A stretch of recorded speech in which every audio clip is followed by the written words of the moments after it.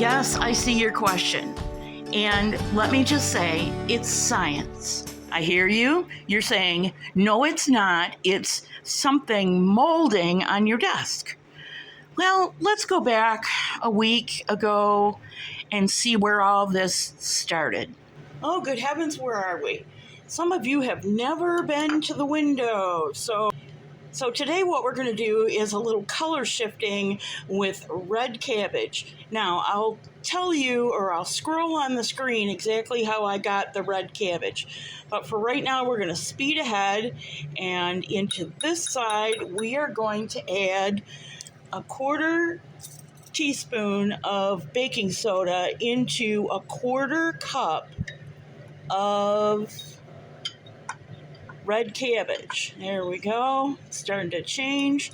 Let me get that out of there because it will continue to change color, and I got to use the other end of this. All right, now we're going to add the same amount, a 1/4 teaspoon to a 1/4 cup of 1/4 teaspoon of vinegar to a 1/4 cup of red cabbage. And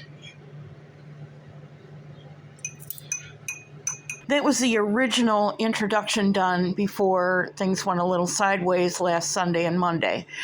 Also, I should warn you that there is something going on in my building downstairs, pounding, banging, machinery, I don't know. We'll just do the best we can. To make red cabbage broth, or in this case, red cabbage dye, I used 1 red cabbage. I quartered it. You can use a half a cabbage, and you can slice it up if you want to. Other than the strength of the dye, it doesn't matter. And I put into my simmering pot 6 cups of water. I'm going to strongly recommend, unless you know exactly what the chemistry of your tap water is, that you use distilled water or purified water for this project. The success of your project, if you're looking to get blue paper out of red cabbage dyeing, or if you're looking to get purple paper out of red cabbage dyeing, the success of this project depends on pH. And for that, you need to know that you're starting out with pH neutral water, which is either going to be distilled water, RO water, or purified water that's less than 100 parts per million dissolved solids. So you have boiled your cabbage, you've strained it, you've cooled it, and now you're ready to dye some paper. Please don't start throwing fresh, brand new copy paper or old book pages in your dye bath just yet. If you watch enough paper dyeing videos, you are going to see a video where, regardless of whether it was handmade paper or if it was copy paper or some other commercial paper, the demonstrator puts her paper into this, what looks like nice red cabbage broth, and then takes it out and dries it. Either air dries it or oven dries it, it doesn't matter. And when she's done, she expresses surprise that instead of purple, which is what she saw with her eye, she got blue.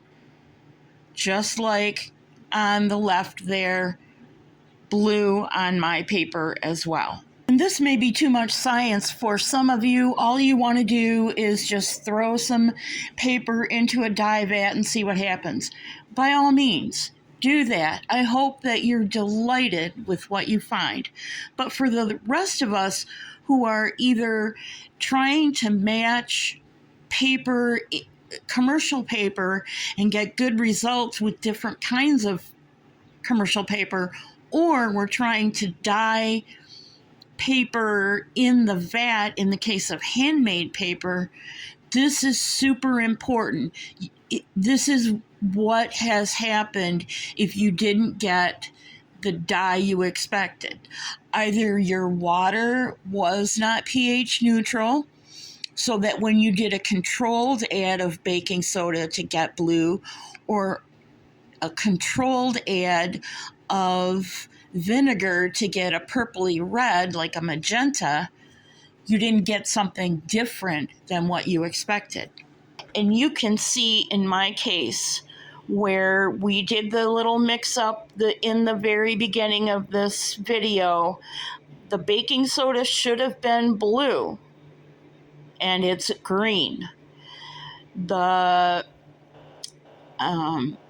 cabbage broth with vinegar should have been a purpley red and it's blue. And the plain cabbage broth should have been purple and it's also blue on both the commercial paper, which is what you're seeing taking up most of the screen, and the handmade paper on the right. What really surprised me is what I see on the handmade paper. It's all shades of green. There is no blue to speak of. And that was what told me what was wrong with this test run. The fact that my water and my paper pulp were very high alkali means that instead of getting blue for baking soda, I got green, which is higher on the alkalinity scale. And instead of getting a nice purple for my plain cabbage broth, I got blue, which is alkaline. And instead of getting a nice red, purple, or magenta for my vinegar or my acidic test, I got blue again, which is alkaline. So I divided the end of the blender of paper pulp so we could do a color correction, or at least try to. On the left is still green. The pulp look in the little center there still looks blue, but it's actually green, as you could see where it leached out onto the paper towel. On the right hand side, I added 5 ounces of vinegar to color correct the same quarter cup. So it was almost a 1-for-1 ratio. And that's when I finally got purple. And again, if you look at that in the center, that paper sample, it is looks to be pale blue or gray when actually it's purple. I think at this point, what would make the most sense is for me to use distilled water and show you the difference. I used tap water as you would use tap water and not even think about it. But now we've proven that very alkali paper plus alkali leaning red cabbage broth is always going to shoot past the blue we're looking for all the way to the green end of the pH scale in these applications. So let's start over. That's some leftover paper pulp that I had dried. It's white or very light gray. I'm adding it to my already running blender with fresh cabbage broth solution, which I made with distilled water. So here it is. It looks to be a nice, deep, rich, purpley red color.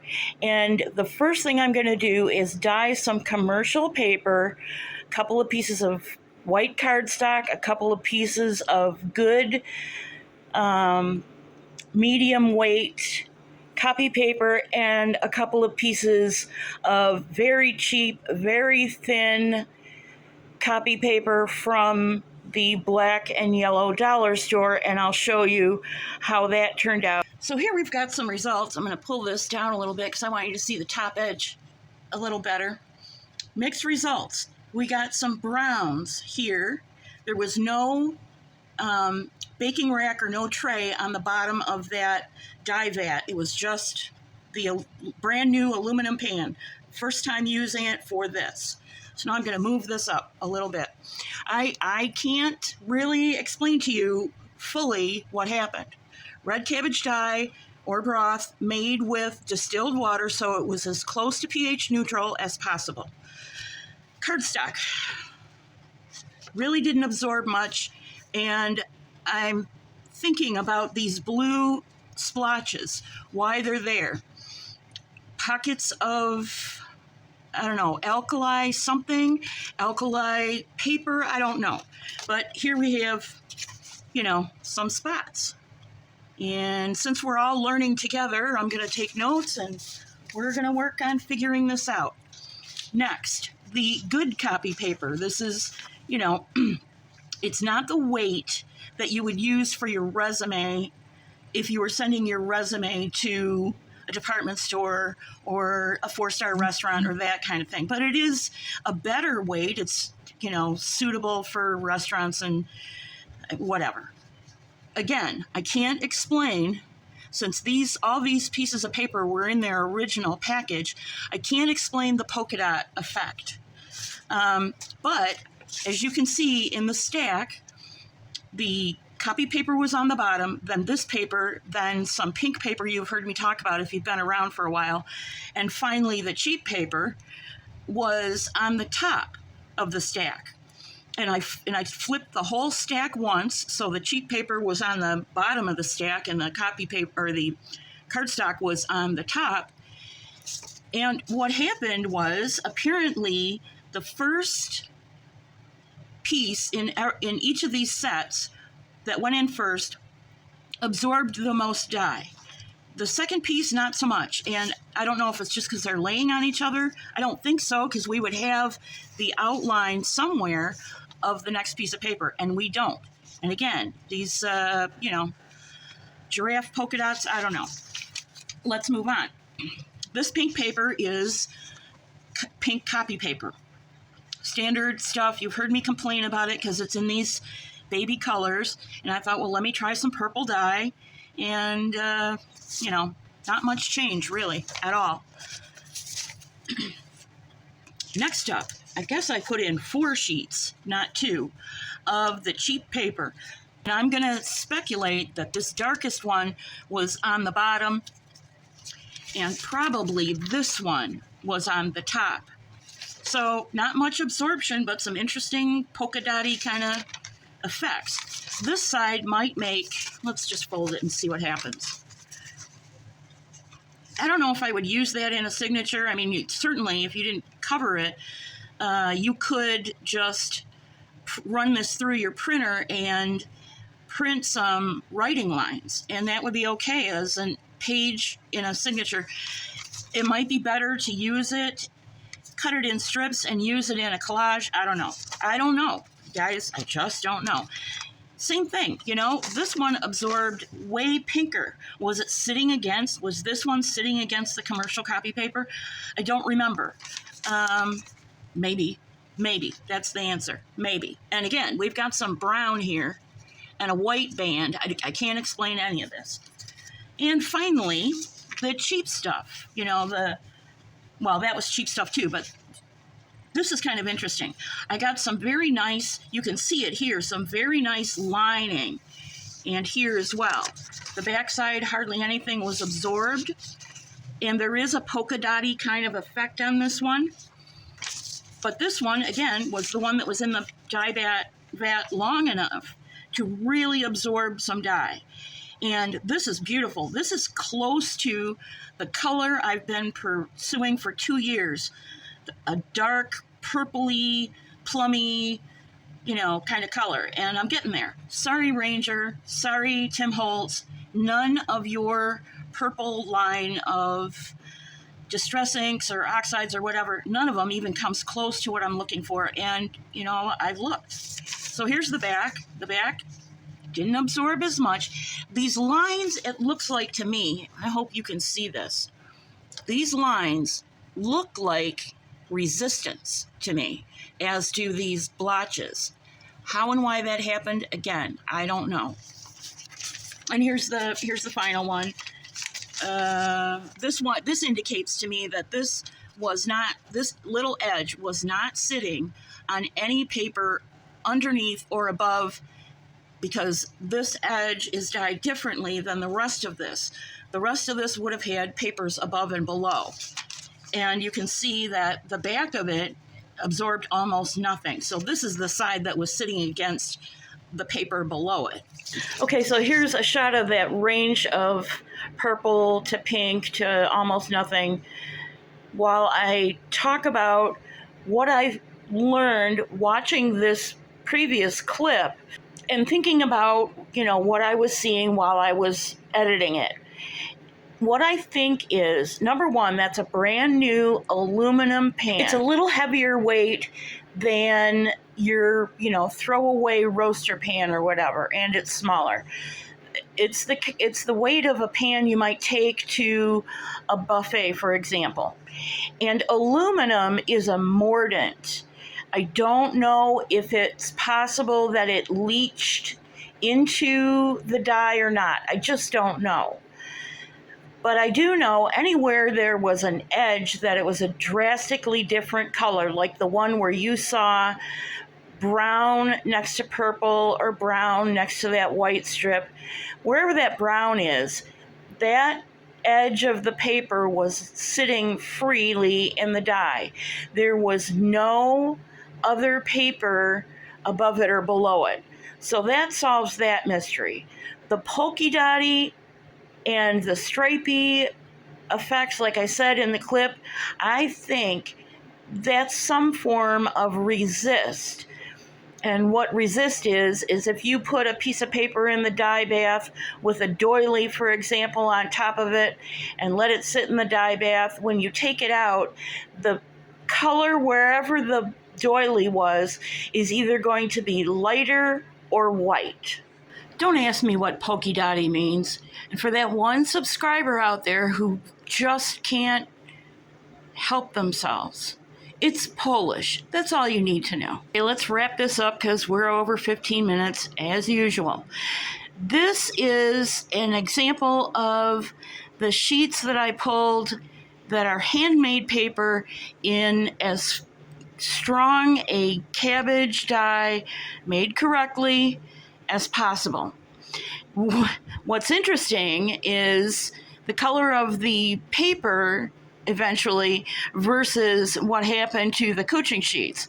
The coaching sheets are like, you know, a deadhead fantasy world, which will not be permanent, but that's another discussion. Here are two handmade paper sheets I pulled using alum as a mordant, which after the fact, when we saw the commercial paper, it's possible that we didn't need a mordant as a color fixative. And what do I mean by color fixative? All of these natural dye processes that we're doing and experimenting with, doesn't matter if they're pH neutral or they're a little alkali to change the color or a little acid to change the color, these natural dyes do not tend to be color fast over the long haul. On commercial paper, it's a different story. We're just talking about the handmade stuff right now. So if you use a mordant, and I'm not going to, again, go into a big discussion about it, it will fix the color better. None of these dyes, no matter how concentrated you make them, you are not going to get deep, rich colors like you would from commercial dyes. Now let's look at the sobering truth. Remember in our The Blues episode last week where we compared natural indigo, which has to be chemically processed to make it water soluble, versus the indigo color powdered dye from a soap company, which is safe and pH neutral and all that jazz. Let's look at what it took to make the red cabbage dye. Your eyes are not deceiving you. $8.81 for a, good size 2 to 3 pound head of red cabbage. Baking soda is no longer $1 a box. And water is no longer 96 cents a gallon. So I used 4 gallons for sure, and I might actually have used the end of a 5th gallon. I can't tell you how much it costs per sheet because we don't know how many sheets we're going to get. But $15 in supplies, that's tough to swallow. And if I remember rightly from last week, the actual cost for the amount of indigo we used was $2.45. And it dyed a lot of paper. I don't have a final count of how many sheets I got, but I know I got a dozen, maybe 20. I'd have to go back and look, and they're all still being pressed in books and places all over my apartment. So I guess the lesson we learned here today is not to be pressured by the people who are all climate changey and natural things and so on and so forth. We're upcycling paper that costs us $0. It's going to go in the trash. Every time we add an element like cotton balls or dye or what have you, the cost goes from 0 upwards. And to me, I want costs to be as close to 0 as possible. That's all I have for you today. If you have not watched my other content, I am taking a hiatus. I will not be filming during the month of September. So I will see all my DIY friends, my paper crafter friends, in the beginning of October, where we're going to go natural again and see if we can get a blue dye from black beans that is more cost effective. God bless you. I'll see you real soon.